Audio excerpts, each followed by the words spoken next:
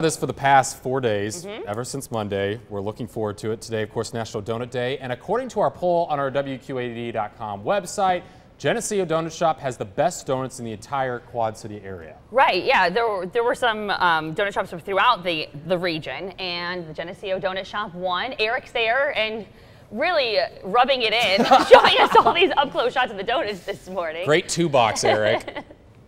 Oh my. You know what, guys? You know what's interesting is these aren't my handprints. I couldn't possibly get that low to the ground, so someone very small was like, I need these long johns. Oh, Geneseo Donut Shop is where it's at. Now, we're going to talk to Bill. He's the owner, and we're going to talk to him about how everything works, because, I mean, you got to get up early. You got to prepare for all this. But one thing is, since he was voted the #1 donut shop in all of the Quad Cities region, is people are coming in saying, I need 3 dozen donuts. Well, they're not ready for that kind of business yet. So what you need to do is, if you want donuts tomorrow, you got to call him here later on today, and then pre-order those big orders, because he's not going to have like a gajillion donuts in the back. So if you're at Deere and Company and you want to feed everybody, I'm sure that Bill could hook you up, but you just need to call ahead. But you got to come and sample these donuts, because they are absolutely fantastic. We'll let you know what their best seller is coming up in just a little bit. First, I do want to get you the forecast here, because it's important as we head in toward the weekend. We'll start you off with those temperatures outside. It's very mild once again. We're looking at 65 to 70 degrees outside. No problems here on the Davenport Eagle Eye as we look at partly cloudy skies overhead. The satellite and the radar really shows what's going to happen here today, and you can see we do have quite a few clouds around, but these clouds are not producing any rain showers. In fact, the nearest rain showers out into northern Missouri. Don't forget, through the weekend, keep tabs on that rain chance on the Storm Track 8 weather app. So you can get that downloaded. It's totally free, and you have that on your phone for weather alerts as well. The future track really is going to show the difference in weather today. All right, because if you are up towards Sterling Rock Falls or Milledgeville or Mount Carroll or Stockton, you're going to be sunny. If you're here in Geneseo or down to Cambridge and Orion and Aledo, you may have a couple of thunderstorms because of this cold front that will be bisecting the area. So drier air to the northeast, a little bit more moisture, a couple of thunderstorms south and southwest of the Quad Cities here later this afternoon. But now, watch as we go into Saturday. We'll stop the clock at about 5 o'clock Saturday afternoon, and you can see no precip anywhere around us. Saturday is going to be a really nice day. So if you've got plans to be outside, tomorrow is the day to do it. Then as we head in towards Sunday, that's when our rain chance is going to come back up. All right, so we're going to have showers and thunderstorms back on Sunday. Could get some moderate to heavy rainfall. I was talking with some of the farmers here, and they say, yeah, we could use a little bit of rain. So we'll see if we get that as we head in towards Sunday. One thing is for certain, the days are getting longer. Have you noticed that? Yeah, the sun's rising earlier, it sets later. In fact, today the sun rises at 5:30, so what was that, about 15 minutes ago? Sun sets at 8:32, and we're going to gain about 10 more minutes by the longest day, and that's coming up June 21st. I don't think you can even compare it to December. That's when we're living most of our lives in the dark, right?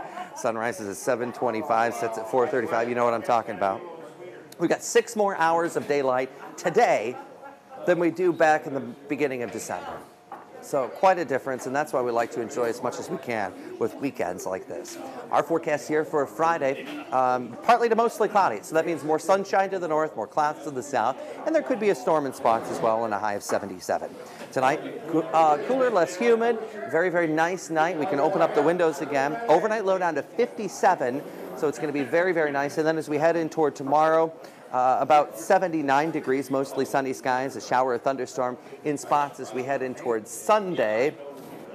And as we look in toward Monday, Tuesday, and Wednesday of next week, drying out just a little bit. So I'm here with Joanne, our wonderful photographer. I've never done a live shot on the road, guys. I'm wondering what you guys are going to give me that's going to make me bring you back donuts. Or should I just eat them all here and then have them all run out of donuts and then you get nothing? So what are you guys going to give me? Eric, I already told you yesterday I would give you $20. You remember this, $20, really? Cash works. That's right. Cash works, yes. I'm sure it does. I'm just kidding, guys. I'll bring you back some, and we'll be back by 6:30, 7 o'clock, and you'll be able to taste what's so wonderful about the Geneseo donut. Sounds good. Perfect. Thanks a lot, Eric. Well, it is being called the worst cyber attack in U.S. government. Investigators say Chinese hackers broke into the computer network, accessing records of up to 4 million current and former government employees. Mazi Kanani has the new details this morning. The intent of the cyber attack is still unclear this morning. The hackers now have access to the sensitive personal information of up to 4 million current and former government employees, which analysts say could be used for financial fraud or worse, for espionage. Officials tell ABC News it's believed the hackers work for China. The massive breach was discovered in April by security experts at the government Cyber Command Center. The hackers targeted the computer systems of the Office of Personnel Management, which conducts all of the extensive background checks on federal employees. It's only the latest cyber attack by those working for foreign governments on America's government agencies and major corporations. These cyber threats are a challenge to our national security. Earlier this year, President Obama convened a summit with the nation's top tech executives, signing an executive order to set up hubs where private companies and the government can work together on cybersecurity threats. This morning, it's not known how long the hackers had access to the personnel files, but it appears to be a second attempt, the same agency targeted by Chinese hackers just 1 year ago. The millions of government employees whose personal information may have been compromised are now being offered credit monitoring and identity theft insurance. Mazi Kanani, ABC News, Washington. U.S. intelligence officials believe that they can trace the breach to the Chinese government. Rescuers in southern China pulled a capsized cruise ship upright yesterday with the help of a crane. More than 450 people were on board the Eastern Star when it capsized 3 days ago. The boat was hit by a cyclone while traveling on the Yangtze River. Crews attached steel cables to the ship so it could be hoisted upright. Most of the passengers are still unaccounted for. 82 people have been confirmed dead. Only 14 are said to have survived the ordeal. Ghana is planning 3 days of mourning for those victims who were killed in a gas station explosion yesterday. The Ghana government is also allocating about $12 million for relief operations and to repair damaged infrastructure. Officials say that the explosion happened after flooding swept fuel from the gas station into a nearby fire. More than 80 people were killed. The deaths are likely to intensify criticism of the government's failure to improve and maintain the country's infrastructure. California investigators say they found a 6-inch crack in the pipeline that spilled oil into the Pacific Ocean. They say that corrosion wore down the metal to just 1/16 of an inch. A federal report says that the pipeline company identified that area for repair 2 weeks before the spill.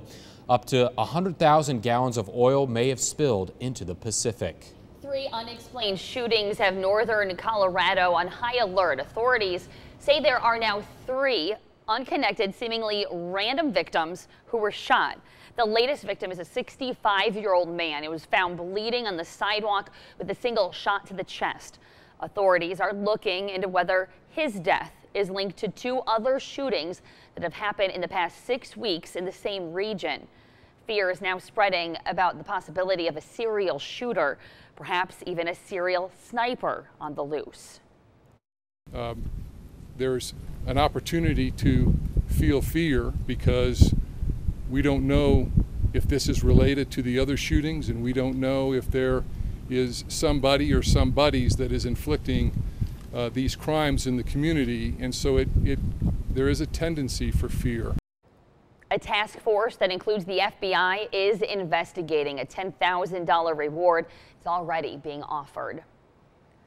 The family of terror suspect killed in Boston Tuesday is speaking out about the case. Officials say that the FBI and Boston police shot Usama Rahim after he pulled out a military-style knife as he was on the verge of mobilizing an ISIS-inspired plot to kill police. Rahim's brother says that his brother, family, and fellow Muslims in America are peaceful people, and that many do live in the states that love being American. Rahim's family says they look forward to a thorough investigation of his shooting death. A 12-year-old Virginia boy is in serious trouble after skipping school and taking a 300-mile joyride with his dad's truck. happened yesterday afternoon when the boy skipped school. The boy's theft and disappearance went unnoticed by his parents. The boy drove across from state line from Virginia to South Carolina for the 300-mile trip. Police say that a 911 caller tipped them off to a truck driving erratically on Interstate 95. He was arrested and is currently sitting in a juvenile facility. A hospital patient stole an ambulance and took it on a wild ride into Wisconsin Monday, and it was all caught on tape. Police say that Michael Buckner was being taken from one hospital to another when he escaped from his restraints. Ambulance dash cam video shows Buckner slamming into a semi and then flying into a ditch. He then took off in another vehicle. When police finally tracked Buckner down, they say he attacked 3 deputies. Deputies were not seriously hurt. Buckner was arrested, taken to a hospital, and is now behind bars. All right, time for our trivia question for this hour. How long does a rider have to stay on the bull to earn a score? 8, 12, or 18 seconds? Give us a call at 309-736-3288. Callers 7, 8, and 9 are eligible to win 4 tickets to the travel situation in about 15 minutes. But before the break, we asked you, how long does a rider have to stay on the bull to earn a score? The answer is 8 seconds, and Josh from Kelowna answered correctly. He wins 4 tickets to the Professional Bull Riders Blue Def Velocity Tour at the iWireless Center on Saturday, June 13th. Well, a man who tried to propose to his girlfriend at a McDonald's drive-thru was shocked by her answer. The proposal involved the same drive-thru that the couple stopped at on their first date 2 years ago in Los Angeles. He says she once joked that he would propose with a ring in a chicken nugget box and that she would love to be surprised that way. So he gave her a chicken sandwich with the ring stuck on top of the bun. Her reaction is not what he expected. You didn't. You can't do this. No, say something. This is not what you do. I can't marry you. What do you mean you can't marry me? You just asked me on a bun?